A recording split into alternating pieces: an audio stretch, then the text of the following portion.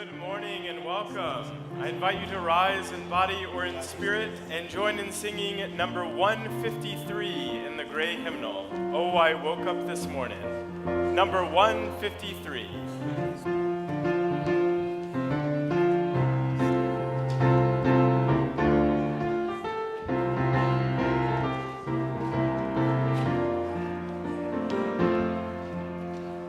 I woke up this morning with my mind, and it was stayed on freedom. Woke up this morning with my mind, and it was stayed on freedom.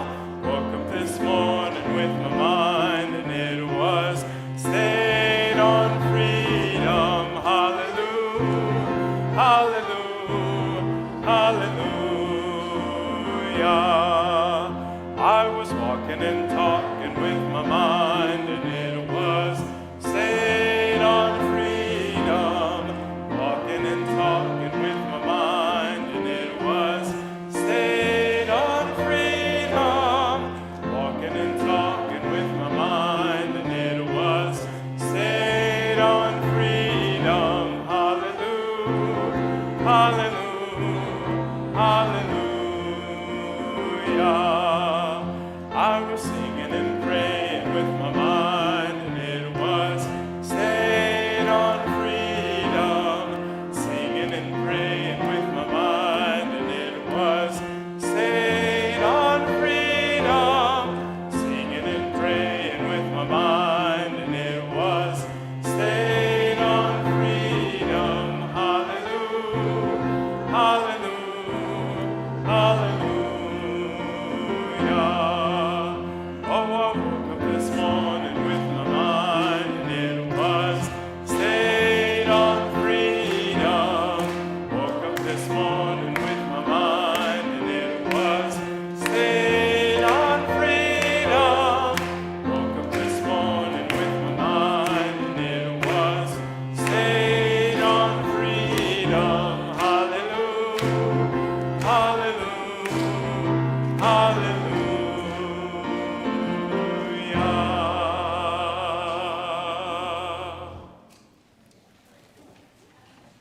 Good morning.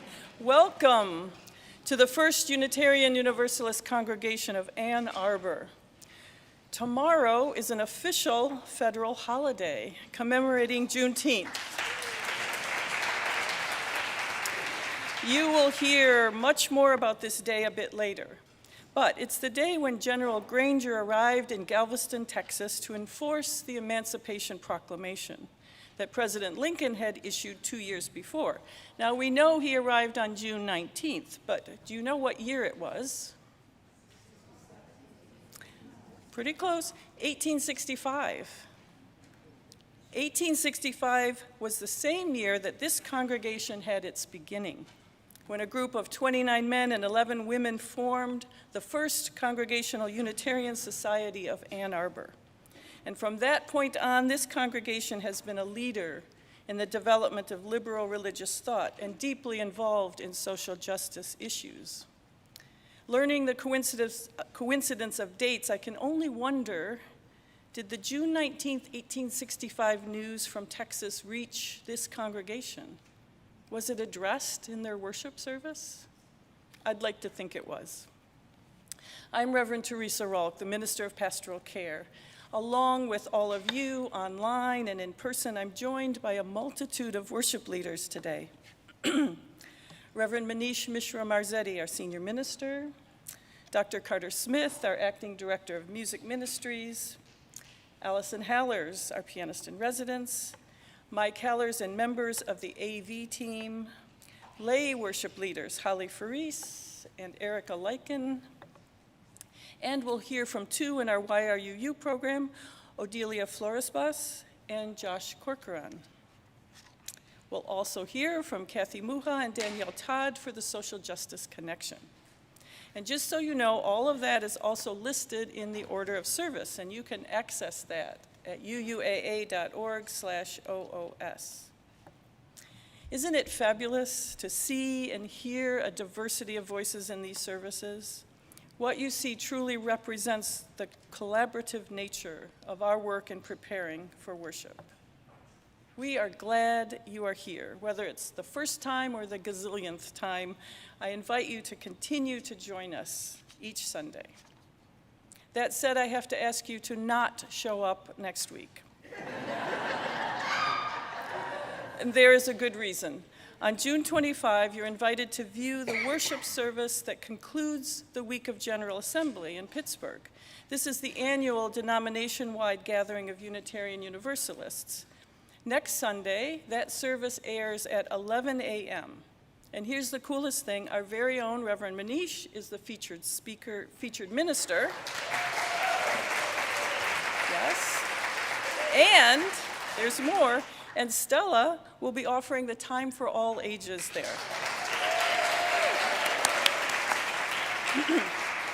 So do not show up here. No one will be in the building, but do sign on at 11 a.m. next week to view the service.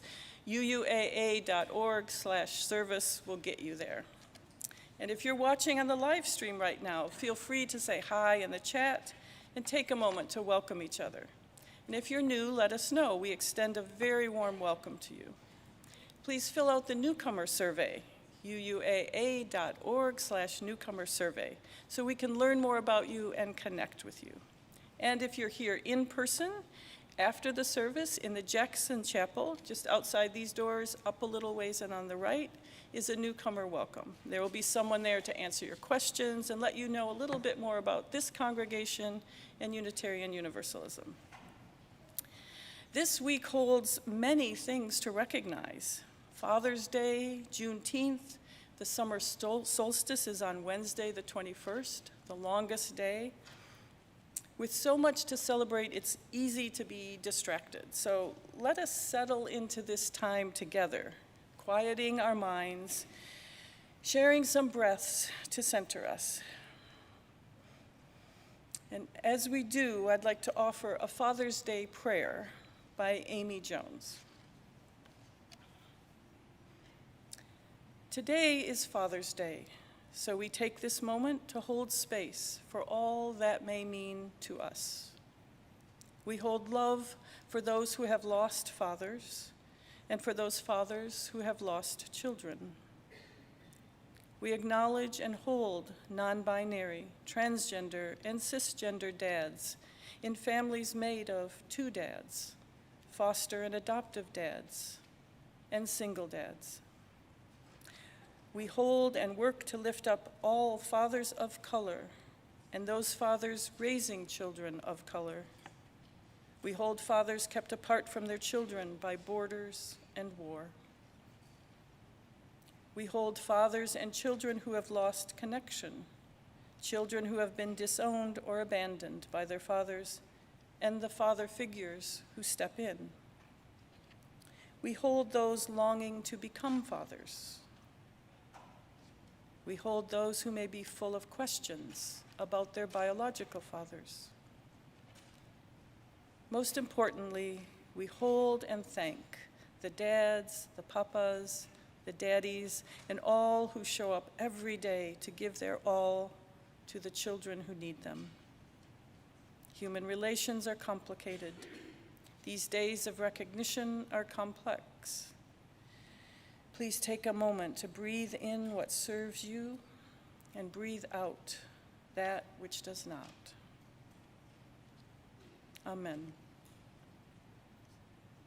We are gathered in community. We are gathered for worship.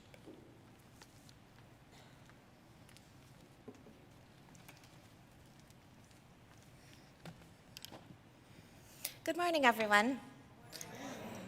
I'm Ferrise. My pronouns are she, her, hers, and I serve this community as a member of the Lay Worship Leaders Program, as a spiritual growth and development teacher for Our Whole Lives, or OWL, and on the leadership teams of Kaleidoscope, True Hope, and Radical Welcome.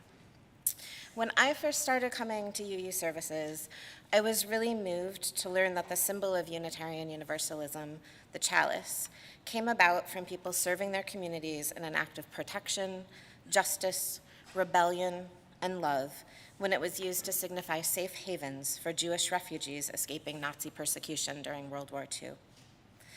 Knowing this piece of history was one of the things that helped me feel comfortable in developing a deeper and trust-filled relationship with an organized religious community after a very long time. Since that time, my love for UUAA has only grown, and I have moved into greater leadership here in our community. I'm honored to lead the congregation in the lighting of our chalice this Sunday morning. Our flame will join all the other chalices around the globe being lit today and honor our community's commitment to justice, action, and beloved community. Today, Kathy Muha will join us in physically lighting our community's chalice. Kathy, would you please join us on the chancel?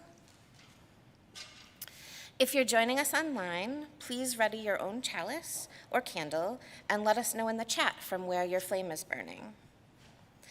In the spirit of community, let us all now join together in these familiar words as our chalice is lit.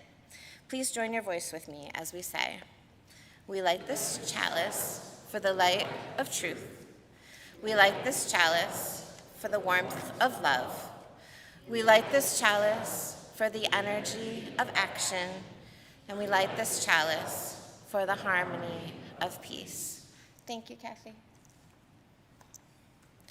Another thing that drew me in as I learned about Unitarian Universalism was learning that ours is not a community that is bound together by a universal creed or a static belief system, but is instead held together with a commitment of how we will be in relationship with each other.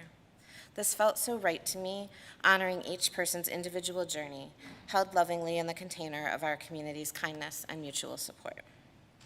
Please join me as we now say the words of our community's covenant together.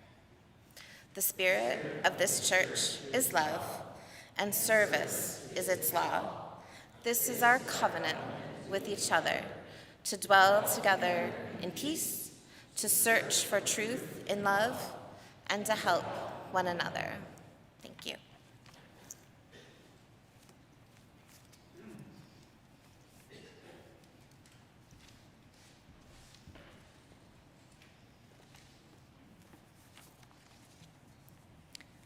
My name is Odelia Florusbosch, and I am a member of YOUU.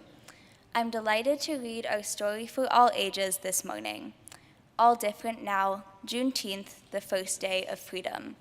Written by Angela Johnson, illustrated by E.B. Lewis.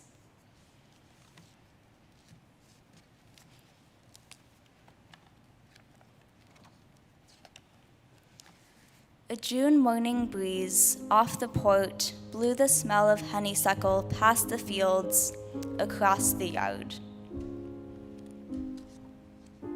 and into our room to wake us.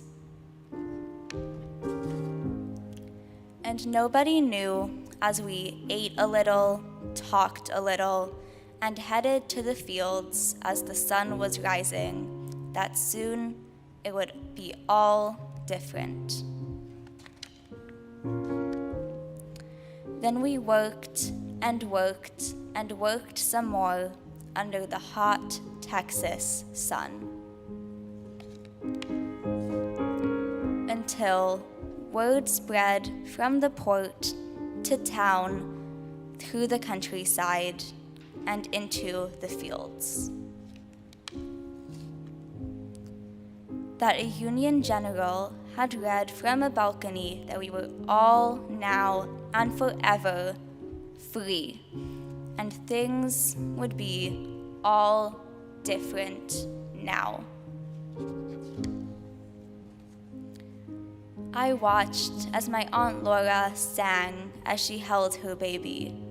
Mr. Jake, who some say was 100, cried quietly, and a group of grown people bowed their heads and whispered things to each other I could not hear. My mama held my hand softly and looked beyond as another breeze blew over and everything fell to a hush.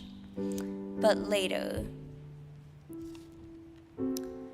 Papa, Mama, the aunts and uncles, and all of my cousins had an afternoon picnic by the water.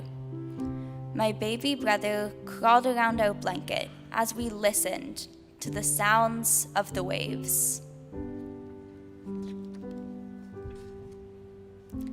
And as more people joined us, we ate as a free people, laughed as a free people, and told stories as free people, on into the night.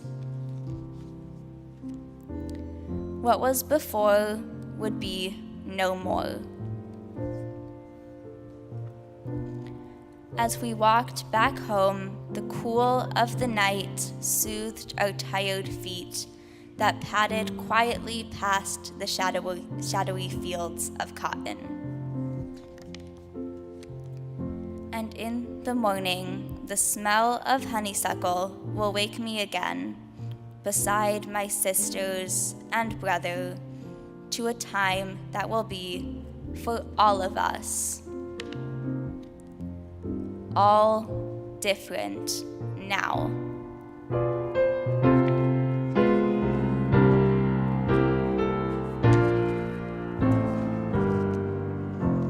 The end.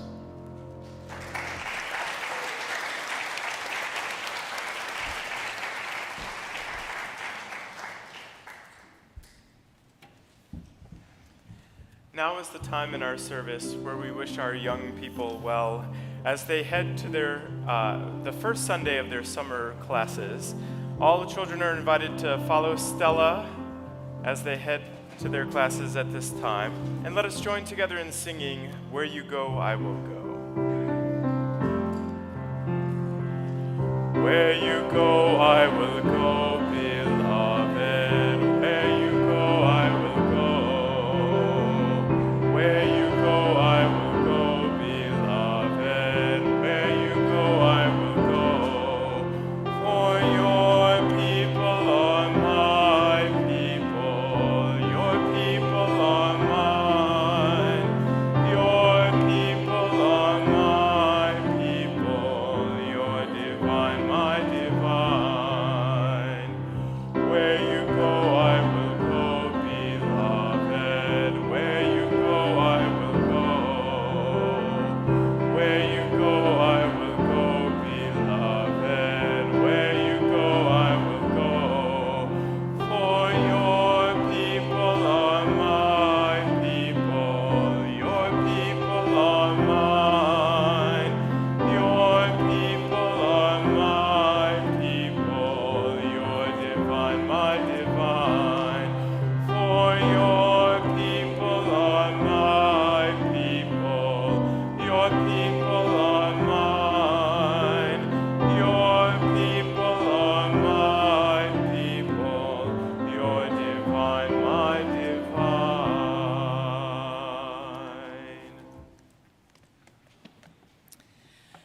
Once a month, we take time to highlight one of the many social justice groups that are active in this congregation.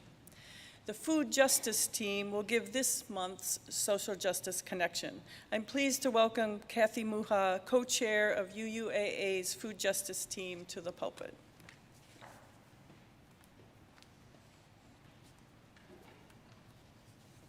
Good morning. I'm Kathy Muha, co-chair of the Food Justice Team. As we were seeking ways to work on the vision priority area of the anti-racism and anti-oppression, we learned about the nonprofit group called Make Food Not Waste. We toured their facility in Detroit last fall and were so impressed to see their operation in action. We hope to connect with them on future events and volunteer opportunities. I'm so excited to have today as our guest speaker Danielle Todd, Executive Director of Make Food Not Waste. Danielle recently was honored as a Detroit News Michiganian of the Year. Thank you for joining us, Danielle.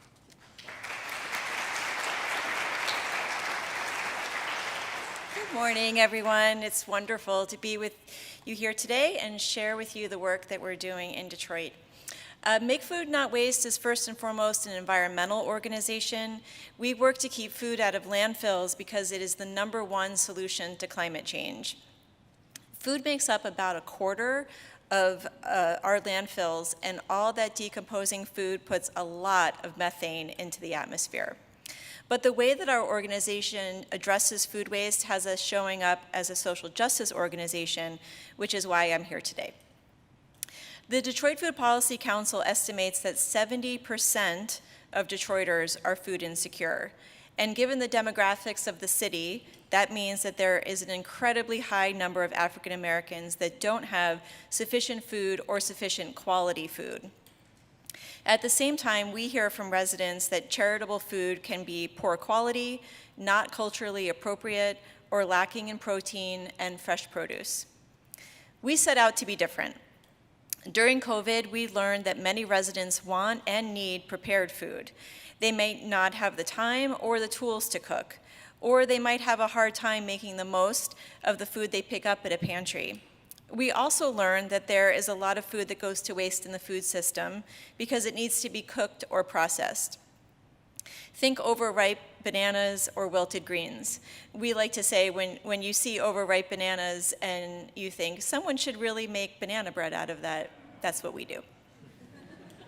Or it might just be that there's just too much of something, like the 2 pallets of Roma tomatoes that showed up at our doorstep last week because they had nowhere to go. But I'm getting ahead of myself. Based on what we were seeing during COVID, we started making 250 meals each week at the Jefferson Avenue Presbyterian Church kitchen with one professional chef. The meal changed every week, depending on what donations of surplus food we received. But the meals were always 5-star, meals that we would be proud to serve our friends and family.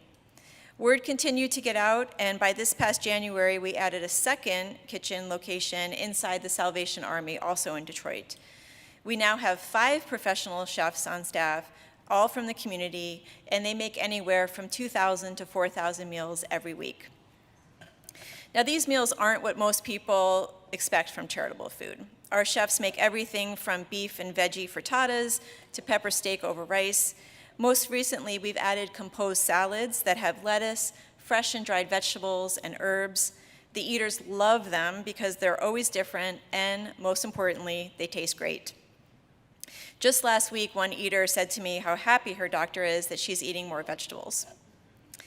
We've diverted a lot of food from landfills over the past 2 years, but we've also shared beautiful, nutritious, delicious meals with people who deserve to be treated right. These are our neighbors, and we wouldn't dream of treating them any other way. If you'd like to learn more or you're interested in volunteering with us, please stop by and visit with me in the social hall after service. Thank you so much for hearing about our work.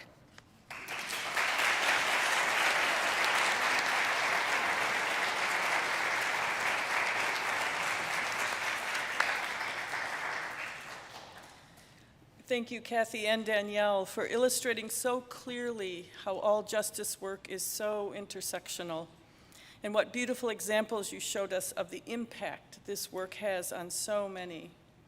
And as you now think about making a financial contribution to the work of this congregation, think about the impact we have in our community, how our social justice groups are making a difference, how each one of you in your own way is making a difference. Every contribution, whether it's your money, your time, your talent, matters. What we can do collectively is important and essential to living our Unitarian Universalist values. If this is a particularly challenging time for you financially, or if you're new to us or just visiting, know that your presence is a gift, and it's okay to let the baskets pass you by. If you prefer to give online, you may text UUAA to 73256 or go to uuaa.org/giving. And if you are here in person, you may add a cash or check of any amount to the basket. I invite the ushers to come forward now, as today's offering for the work of this congregation will be gratefully given and received. And I thank you for your generosity.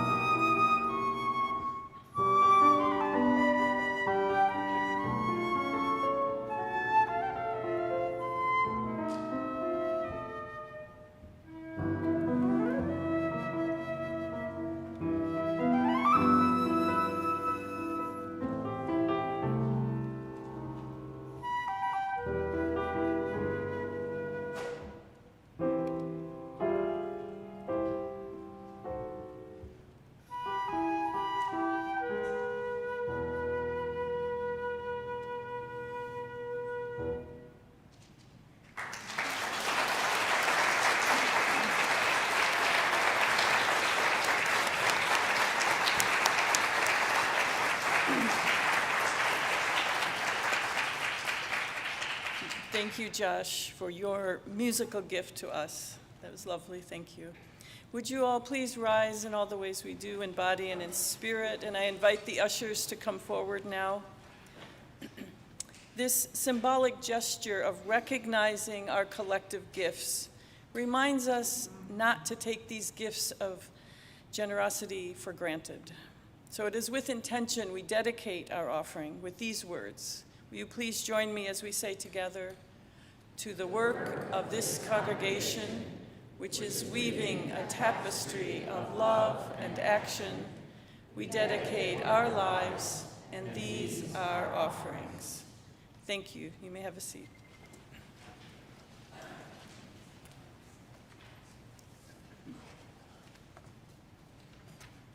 Good morning.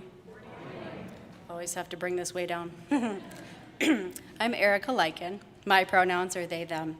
And I'm a member of our Lay Worship Leaders Program and leader of the Racial Justice Arc here at UUAA. It's my privilege to share with you a bit this morning about Juneteenth. As we mentioned earlier, Juneteenth is now a federal holiday, which is great. And it goes by many names, whether it's called Emancipation Day, Freedom Day, or the country's second Independence Day. Juneteenth is one of the most important anniversaries in our nation's history. Juneteenth, as we mentioned, gets its name from combining June and 19th. I love a portmanteau. As June 19th is the day in 1865 that General Gordon Granger of the Union Army led a force of soldiers to Galveston, Texas, to deliver the message that the Civil War was finally over, the Union had won, and it now had the people power to enforce the end of slavery. Upon his arrival, Granger read out General Order No. 3, informing the residents of Galveston that slavery would no longer be tolerated and that all enslaved people were now free and would henceforth be treated as hired workers if they chose to remain on the plantations. The announcement came 2 months after the effective conclusion of the Civil War and more than 2 years after President Abraham Lincoln had signed the Emancipation Proclamation. Many enslaved black people in Texas had not been free until this day, June 19th, 1865. When General Order No. 3 was dispatched, most of the Lone Star State's 250,000 enslaved people did not experience instantaneous freedom or a magic change in circumstances. Plantation owners got to decide when and how to announce this news, or they waited for a government agent to arrive. Even in Galveston, the ex-Confederate mayor flouted the army by forcing freed people back to work, as historian Elizabeth Hayes Turner details in her comprehensive essay, Juneteenth, Emancipation and Memory. Those who acted on the news of General Order 3 did so at their peril. Many enslaved blacks who tried to flee were shot or killed. In some extreme cases, formerly enslaved folks were coerced or forced to work for their former owners far beyond the Juneteenth Proclamation.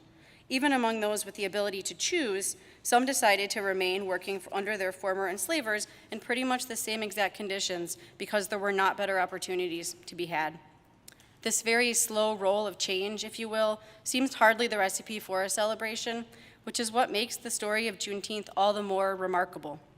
Defying confusion and delay, terror and violence, the newly freed black people of Texas, with the aid of the Freedmen's Bureau, arriving in September 1865, now had this June 19th date to rally around. In one of the most inspiring grassroots efforts of the post-Civil War period, they transformed June 19th from a day of unheeded military orders into their own annual commemoration, Juneteenth, beginning 1 year later in 1866. So, here we are in 2023, 157 years after the first Juneteenth celebration. For many of us, Juneteenth, along with much of Black history and culture, was a mere footnote in our formal education, if Black history was mentioned at all. I'll share candidly that when I first learned of Juneteenth as a 30-something adult, my first reaction was not curiosity or wonder, it was embarrassment. I was embarrassed not to have known this crucial part of U.S. history and its importance to Black African-American communities. As someone who prides themselves on liberalism and open-mindedness, there was a shame in not having this knowledge. I felt similarly about the LGBTQIA community before I realized I was a member of it. The worry that I might say the wrong thing, miss some important terminology or concept, or offend someone could stop me at times from speaking up or from engaging entirely. It's really easy to let those feelings of shame, embarrassment, defensiveness, or the possibility of getting it wrong stop us in our tracks. Discomfort prevents us from pushing through to the other side where learning can actually occur. When I intentionally committed myself to anti-racism work about 6 years ago, a huge part of my growth was in changing my own mindset, moving away from a shame and not knowing to a curiosity to learn more.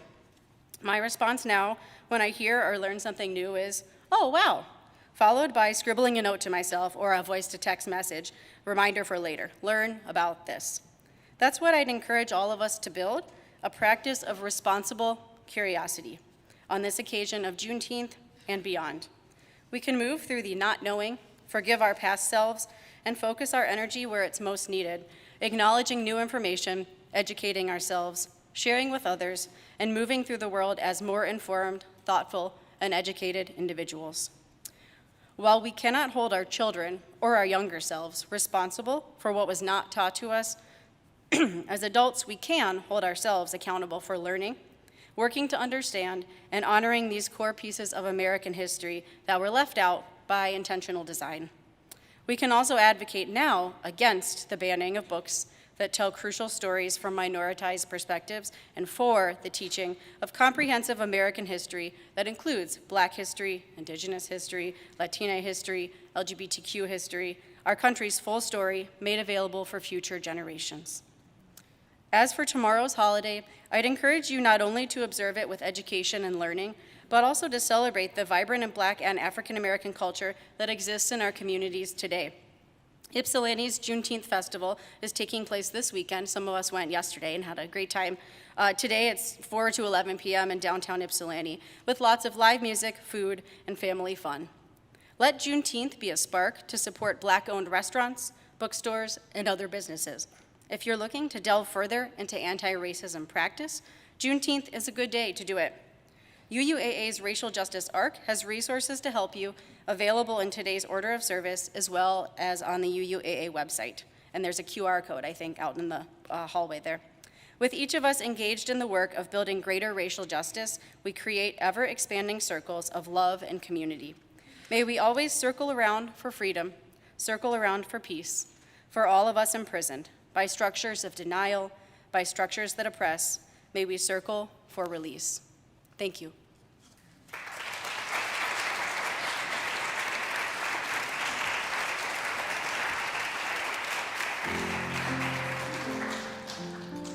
I invite you to rise in body or in spirit as we join together in singing number 155 from the Gray Hymnal, Circle Round for Freedom. And if you would like to join in motioning with Reverend Theresa and myself as we sing, I would encourage you to do so.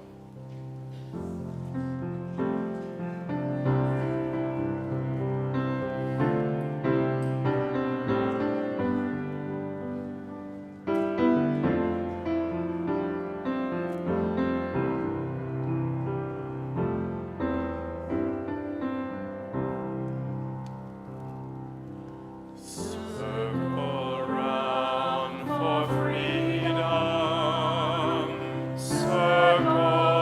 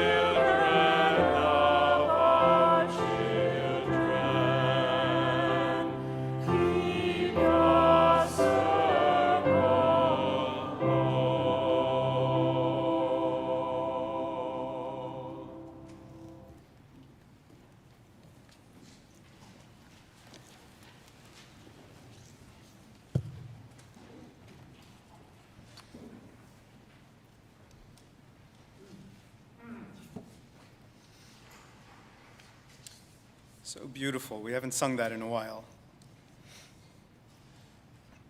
How do we keep our circle whole? How do we hold within our circle all who are longing for freedom and for justice? How do we hold all of that in our hearts? I want to start out with a question. How many of you would say that when you arrive at a approach and understanding around something important before us as a people, something important for you, that you make a deeply thoughtful and well-considered position? You arrive at a deeply thoughtful and well-considered position. How many would say that they do that? Yeah. Now, this is an area of pride for us as Unitarian Universalists. We believe this about ourselves, that we arrive at deeply thoughtful and well-considered positions about the things that are important to us in our life, about the needs of our culture and our society and our world. It's a strength. It's absolutely one of our strengths. It's also our foil.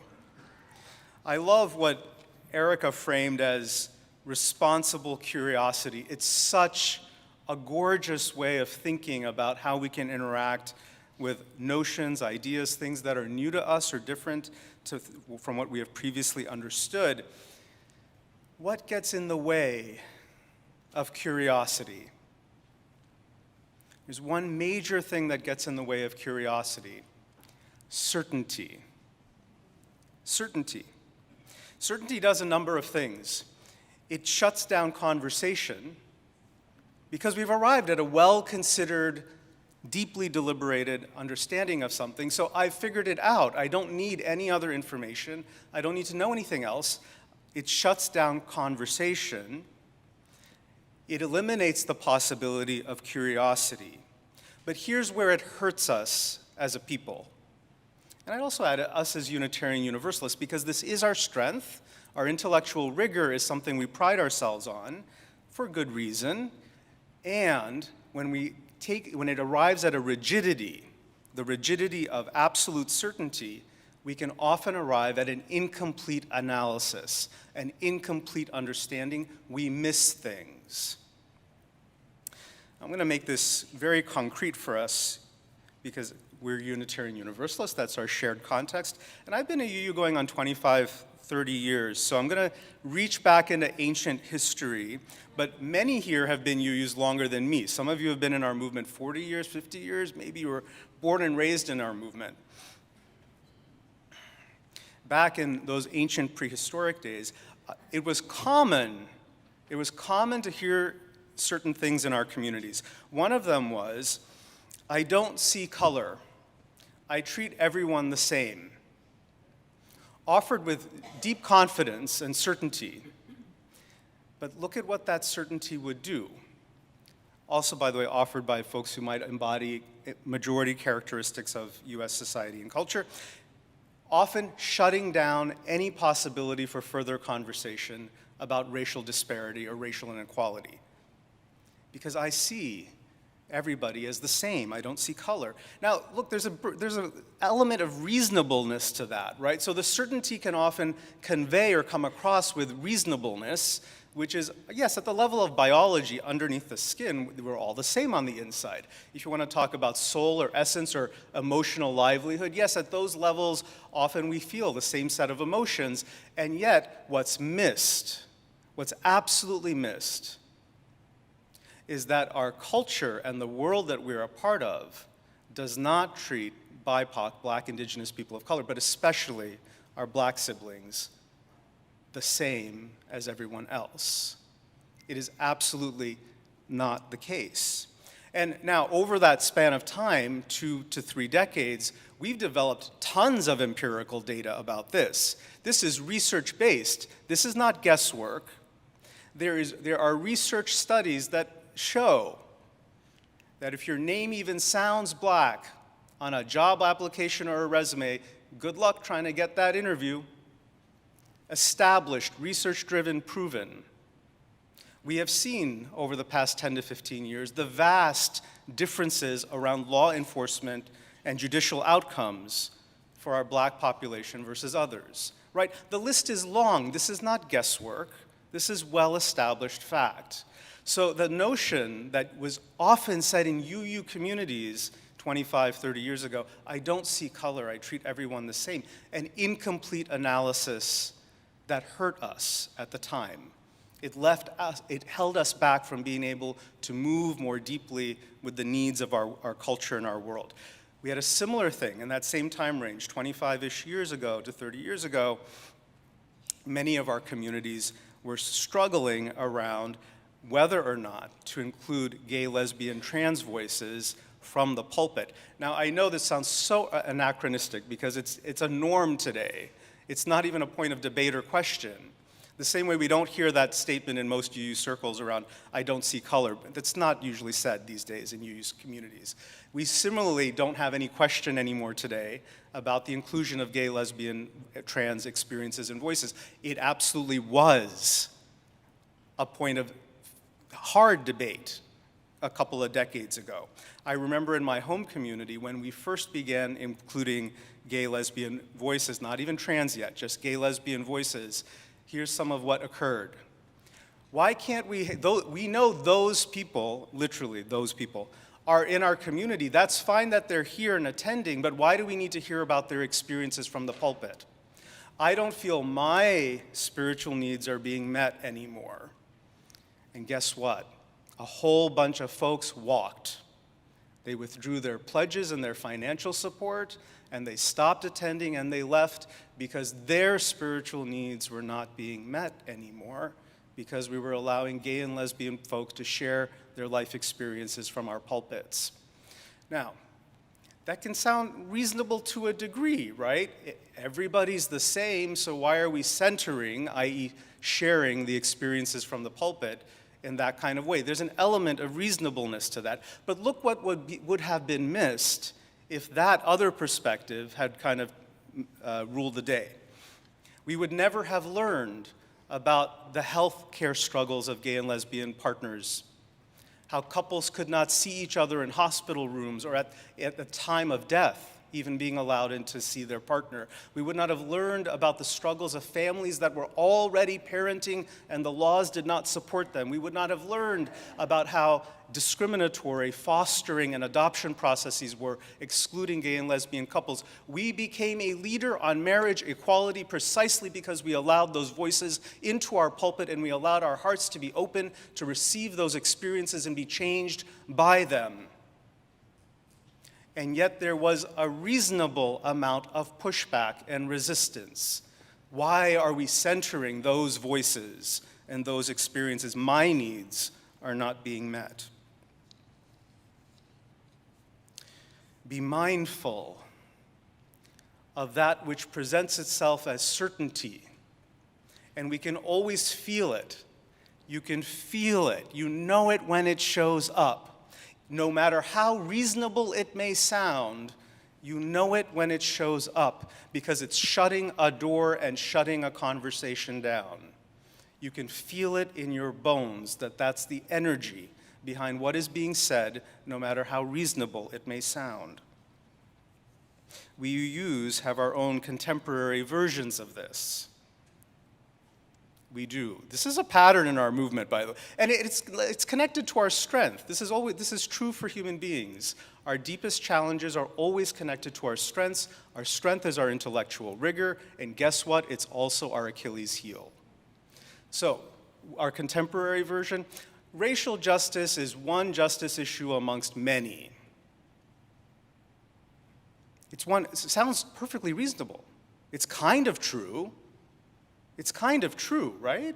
There's many needs in our world. There's climate change, environmental devastation, poverty, lack of affordable housing, food insecurity.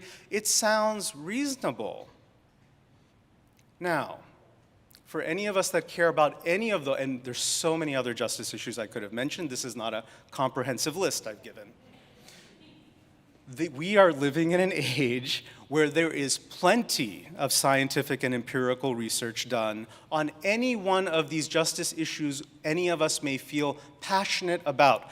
Which population is disproportionately impacted by reproductive justice restrictions in the South? You know the answer to this. Which population is impacted disproportionately by inequitable access to health care? In general, which population is disproportionately impacted by lack of affordable housing, by food insecurity? We know the answer to this.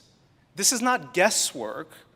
This is established scientific truths about the way our society works. What is missed in the certainty that racial justice is one justice issue amongst many is the intersectionality.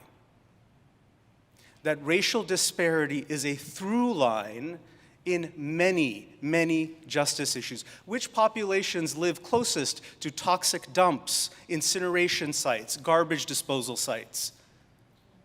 See, environmental justice intersecting with racial justice, reproductive justice intersecting with racial justice, the list goes on and on. Be mindful of that which presents itself as certainty, because it's probably missing something. Now, I want to offer an additional thought or two. Certainty stifles us and holds us back. But we also wind up with these barriers to our own engagement. And we are such a justice-loving people, which I love about us and our movement. But we often get stuck with the needs are so great. You know, when we start especially to see these intersectional needs, it's about structures of society. It's about the way we have structured things fundamentally. Understandings of domination and control rather than true interdependence and mutuality. Trying to shift that at the level of culture and society is huge, and it can feel like no matter what I do, it won't matter. The other piece, this also runs deep with us UUs, is we disagree about strategy and tactics. We see the same problem, we know what the problem is, but then we disagree about strategy and tactics, and we want to be right about the strategy and tactics, so we spend a lot of productive energy arguing with one another. My strategy and tactics are better than your strategy and tactics. Okay, I want to say a couple of things. So some of this is going to sound familiar because I say this often. There is no act of love and no act of justice seeking and making that is wasted. If you want to let love and compassion shine through your words and deeds and your body, just do it and be it. It is never wasted. Don't worry about how it's received. Be it. Be the love and be the caring that our world needs. Now, next part about the disagreement over strategy and tactics. Many of you took the seminar that I offered this past year on civil rights history. Those that did, and if you have friends or peers that took it, ask them because they know. The civil rights leaders from the 1940s through 1970, they had all kinds of disagreements about strategies and tactics. And guess what? They were all needed. All of those different strategies and tactics were needed. It did not matter who was right or which strategy or tactic was better. All of it was actually needed to make the progress that was made. So we need to stop trying to find excuses to exclude one another and actually see one another as, wait, we are siblings who are working towards the same goals. We have the same goals in our hearts. Let's not exclude one another because we have different strategies and tactics, because actually it's all needed. No act of justice making is wasted. Last but not least, this weekend honors Juneteenth, a holiday that is deeply important in the Black community. And often in Black activist circles, we hear the phrase of Black joy. You know, stay engaged in this work, the work of transformation and building beloved community that is needed. Do it from a place of joy. I've often wondered what that means, and I think this year I'm starting to kind of really understand this. Now, I may never personally know what is meant by Black joy because I'm not Black, but I can understand the concept of joy as something that can fuel our activism. Because the needs of the world are so great, how do we tap in to that which can fuel us, that can fill our well springs, for me, that might mean doing something that's fun and meaningful. And we're entering a time of the year that incorporates and includes that. Find that which fills your own well springs. It is absolutely a part of being an activist in this world and building the beloved community that we all dream of. We deserve moments of fun, of beauty, of meaning, of joy, and that fuels our activist work. Stay open, stay engaged, and allow joy to fuel you.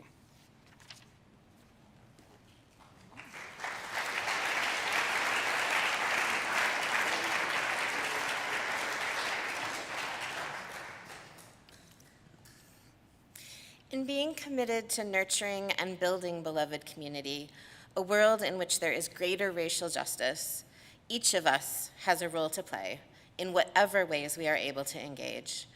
As Reverend Manish reminds us, no act of love and no act of justice seeking and making is ever wasted. We all engage in creating change in different ways. Some of us are called to political action, some to art, some to education, some to one-on-one conversations and relationships, some to protest, some in a plethora of other ways. We are all needed, and every act we can engage in that supports social justice is welcome and needed. In that spirit, we invite our online attendees to take a moment to consider what specific actions you might be able to commit to that supports racial justice and equality. Give some thought to actions that affect personal relationships, and give some thought to those that can affect systemic ones. If you're so moved, you can type your personal commitments into the chat and have them witnessed by our other online attendees. If you're physically here with us in person, we're going to ask you to turn to a couple of people seated near you and engage in some brief dialogue and listening. What might each of you be able to concretely commit to in support of racial justice, both personally and systemically? You'll notice that you received a piece of paper when you entered our sanctuary today with a handprint. If you need one, please raise your hand and the ushers will bring more around. These handprints represent the many hands of our community, all working together to build the beloved community we seek. Please also take a moment to write your personal commitment onto the handprint, which will then be left in the baskets as you depart. We'll use the paper hands to create a visual representation of our community's collective commitments. If you share in the online chat, the personal commitments that you offer there will be transcribed and included in our eventual visual display. So I invite you now to please take a few minutes to turn to your neighbors and share what you might be willing to commit to in support of greater racial justice and equality.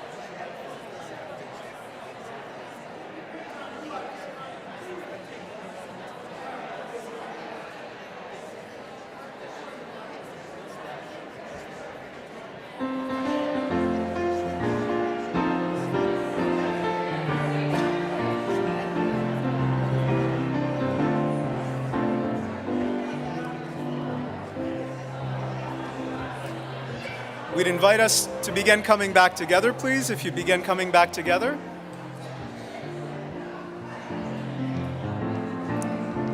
And beloveds, we're going to sing our closing hymn. It's in your gray hymnals, number 1018. Come and go with me to this land. Would you rise in body or spirit as you're comfortably able as we join together in our closing hymn.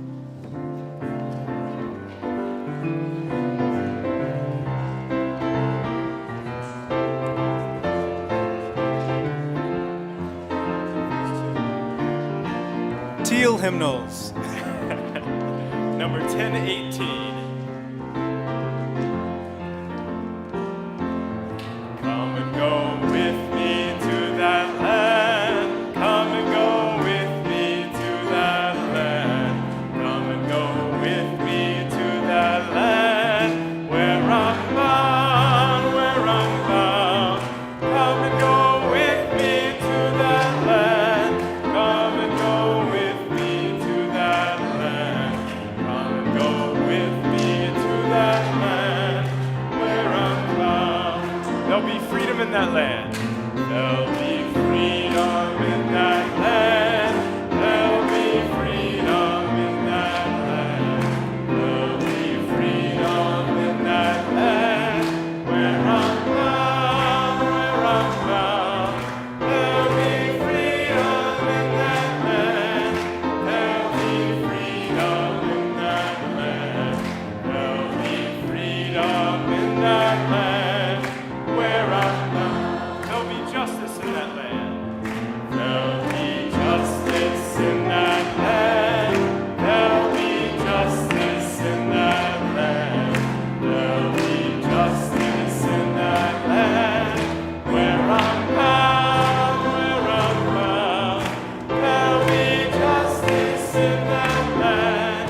There'll be justice in that land. There'll be justice in that land where I'm bound. There'll be singing in that land. There'll be singing in that land. There'll be singing in that land. There'll be singing in that land where I'm bound, where I'm bound. There'll be singing in that land. There'll be singing in that land. There'll be singing in that land where I'm bound.